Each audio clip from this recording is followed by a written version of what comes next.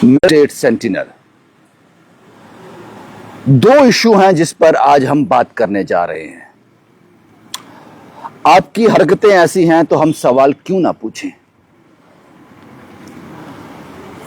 Jammu Kashmir police, खासकर traffic police ने एक बड़ा ही अच्छा बीड़ा उठाया है। आज मैं सोशल मीडिया के माध्यम से देख रहा था कि ड्रिंक एंड ड्राइव, उनके पास एक मशीन है। हालांकि जम्मू में ये मशीन आमतौर पर मैंने इस्तेमाल होते हुए नहीं देखी, लेकिन अब ये लोग एक्टिव हुए हैं। वो कहते हैं इसमें फूंक मारो, पता चलेगा कितने शराब पी है, तो उसके ऊपर उस हिसाब से कार्रवाई होगी। ये कदम सराहनीय है, सराहनीय कदम। ड्रिंक एंड ड्राइव नहीं होना चाहिए, जान का खतरा है, अपनी का भी और सड़क पे चलने वाले का भी। बात समझ आ गई। और हमने ये भी कह दिया कि आपका ये फैसला सराहनीय है। लेकिन सोशल मीडिया के जितने भी प्लेटफॉर्म पर आज मैंने ये वीडियो देखा, यहां वो ट्रैफिक वाले वो पाइप एक मुंह पे लगाते थे और उसको बोलते थे कि इस पे फूको, तो उसमें रिजल्ट आता था।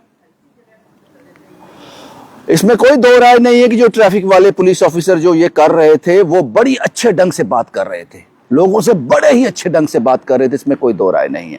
लेकिन मैं एक चीज देखकर हैरान हुआ।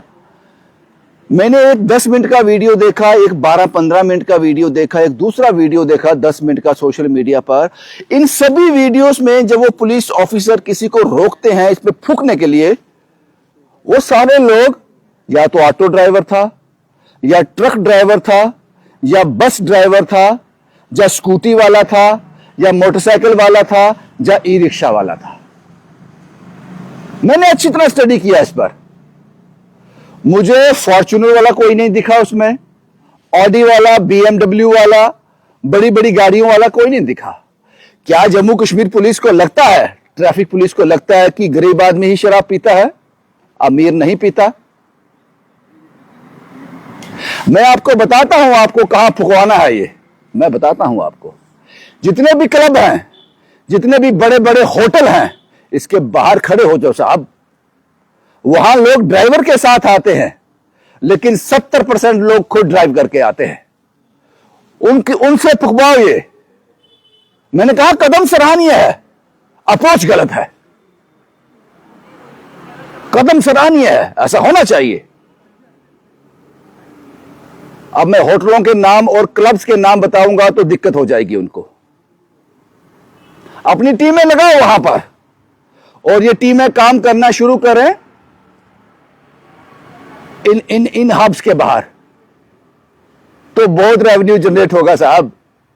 ये बस वाला, ड्राइवर वाला, ऑटो वाला, और गलत टाइम पर रोक रहे थे आप बस ड्राइवर ऑटो वाले को। दोपहर को वो दिहाड़ी लगा रहा होता है, कमा रहा होता है। ये उसके पीने का टाइम नहीं है, अभी तो कमा रहा है वो। ये पीने का टाइम है अमीर आदमी का। इस वक्त अमीर आदमी पीता है, दिन में गेड़ी मारता है और पीता है। गरीब आदमी, ऑटो वाला दिन में क्या ही पिएगा, 2% पीते होंगे, 98% नहीं पीते। बस वाला वो अप्रोच गलत थी। ठीक है, आप इन लोगों से भी फुकवाओ, इन लोगों से भी बोलो फूंक मारो, लेकिन जो मैंने कहा है, क्योंकि मैंने एक भी नहीं देखा सोशल मीडिया में। मैं ढूंढ रहा था फॉरवर्ड रिवर्स करके कोई मुझे दिख जाए। या तो जम्मू कश्मीर पुलिस को लगता है कि शराब सिर्फ गरीब आदमी पीता है, या कोई ग्रेड की शराब है वो पीने पर ही पाबंदी है, महंगी शराब पीने पर पाबंदी नहीं है। इसमें क्लॉज भी बनाने चाहिए आपको। मैं उम्मीद करता हूं कि 31 दिसंबर तक शायद ये करेंगे, क्योंकि हुड़दंगबाजी बड़ी होती है इसमें। लेकिन आप उन लोगों से जरूर फुकवाना साहब। खड़े हो जाओ विक्रम चौक में, खड़े हो जाओ पुल पार करते ही प्रेस क्लब के सामने, खड़े हो जाओ एमए स्टेडियम के सामने, खड़े हो जाओ बस स्टैंड में आगे पीछे। यहां पे खड़े हो जाओ ना साहब, फिर फुकवाओ इनसे। फिर आपको पता चलेगा ड्रिंक एंड ड्राइव के कितने केस होते हैं। भेदभाव मत करो। मैं ढूंढ रहा था कि आप किस किस से ये फूंक मारने के लिए कह रहे हो, इसलिए मैंने कहा कि आपकी हरकतें ऐसी है तो सवाल तो मैं उठाऊंगा, सवाल मैं उठाऊंगा। और गरीब आदमी 2 से 3% होगा जो दिन में शराब पीता है, क्योंकि वो उस वक्त कमा रहा होता है, दिहाड़ी लगा रहा होता है। तो मैं उम्मीद करता हूं आप ये करोगे, यकीनन आप ये करोगे। यह तो हो गया एक मुद्दा। दूसरा मुद्दा जो कि बहुत ही ज्यादा गंभीर है, उन्नाव रेप केस। आपको पता है किस चीज की बहस हो रही है? एक लड़की जिसके साथ रेप होता है, उस लड़की का पिता थाने जाता है, थाने में हरासमेंट कर कर उसकी थाने पुलिस कस्टडी में मौत हो जाती है, मार दिया जाता है इन शॉर्ट्स उसको। उसके बाद ये पीड़ित महिला अपनी बुआ, मासी और वकील के साथ कोर्ट का रुख करती है। जिस गाड़ी में सफर कर रही होती है, मैं आज से 6-7 साल पुरानी बात बता रहा हूं, सफर कर रही होती है, उस गाड़ी को 10 से 11 बार हिट किया जाता है।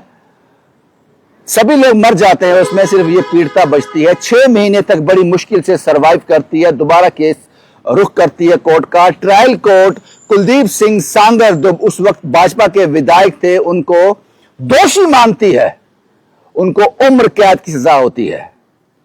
उस लड़की को लगा मुझे इंसाफ मिल गया, लेकिन दिसंबर 2025 में हाई कोर्ट कहता है, हाई कोर्ट मानता है कि यह दोषी है।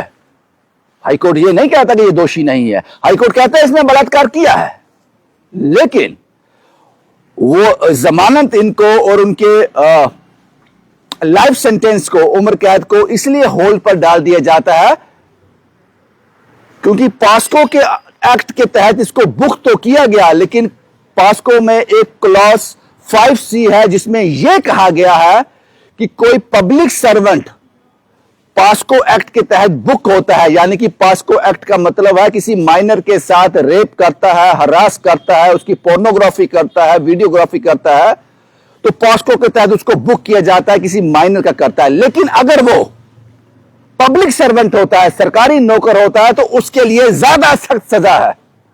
इसके लिए फास्ट ट्रैक कोर्ट हैं जो जल्दी इंसाफ दिलाते हैं, और जो पब्लिक सर्वेंट इस गुनाह को अंजाम देता है और पास्को के एक्ट के तहत बुक होता है, तो उसके लिए सख्त सजा है, और अगर वो पब्लिक सर्वेंट नहीं है तो उसमें थोड़ा सा नरमी आ जाती है। अब हाई कोर्ट को इस पे ऐतराज है, दिल्ली हाई कोर्ट को इस पे ऐतराज है कि ये पब्लिक सर्वेंट नहीं है, ये क्लॉज 5C के अंतर्गत नहीं आता है, इसलिए 7 साल ये ऑलरेडी सजा भुगत चुका है, इसलिए उस पर रोक लगाकर इसको जमानत दी।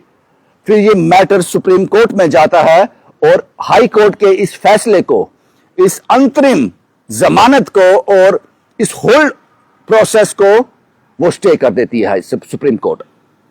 अब सवाल आप यहां समझिए, सवाल ये समझिए, जुर्म की गंभीरता पर किसी को कोई शक नहीं है कि जुर्म इसने किया है। जुर्म कुलदीप सिंह सांगर ने एक 16-17 साल की बच्ची के साथ रेप तो किया है, लेकिन जब यह रेप कर रहा था उस वक्त यह पब्लिक सर्वेंट नहीं था, यह उस पद पर नहीं था। आप समझ रहे हैं इस बात को? सुप्रीम कोर्ट ने कहा कि इस पर एक बार फिर विचार करना पड़ेगा कि यह पब्लिक सर्वेंट की श्रेणी में आता है या नहीं।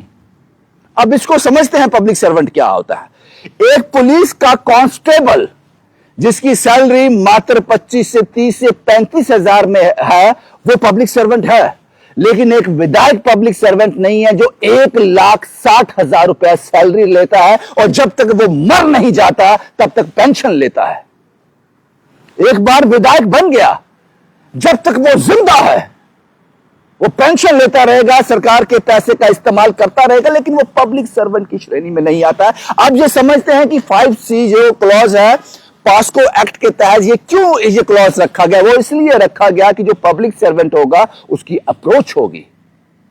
पब्लिक सर्वेंट एक कांस्टेबल भी है, पब्लिक सर्वेंट एक डीजीपी भी है, पब्लिक सर्वेंट एक डिप्टी कमिश्नर भी है, और पब्लिक सर्वेंट एक IAS KS भी है।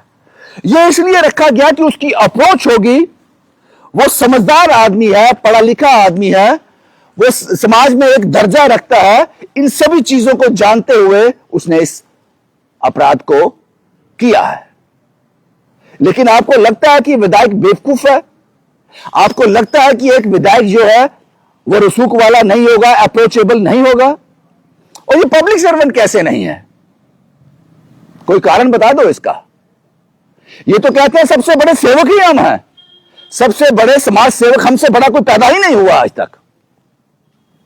इसी पर सुप्रीम कोर्ट ने इस पर दोबारा विचार करने को कहा है कि क्या एक विधायक पब्लिक सर्वेंट की श्रेणी में आता है?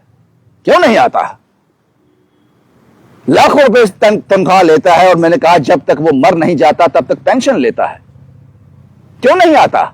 सारे फंड्स उसको मिलते हैं, सारी सुविधाएं उसको मिलती हैं, वो क्यों नहीं आता?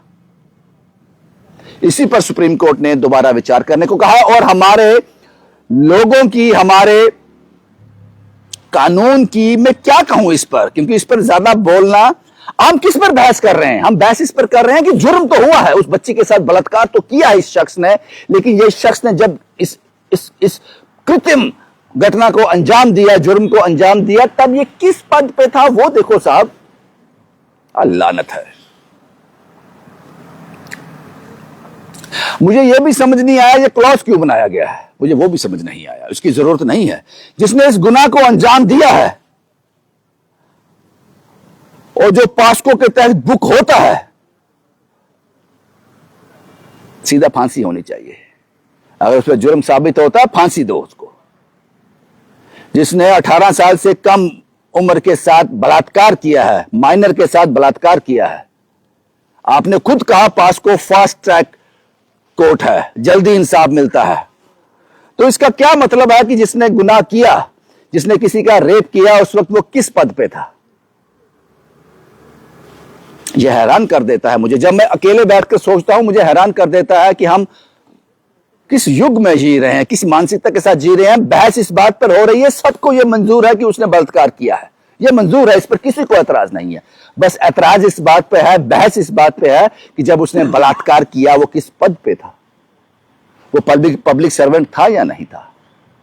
इसलिए मैंने कहा कि आप हरकतें ऐसे करते हो, हम सवाल क्यों ना पूछें, हम सवाल क्यों ना पूछें।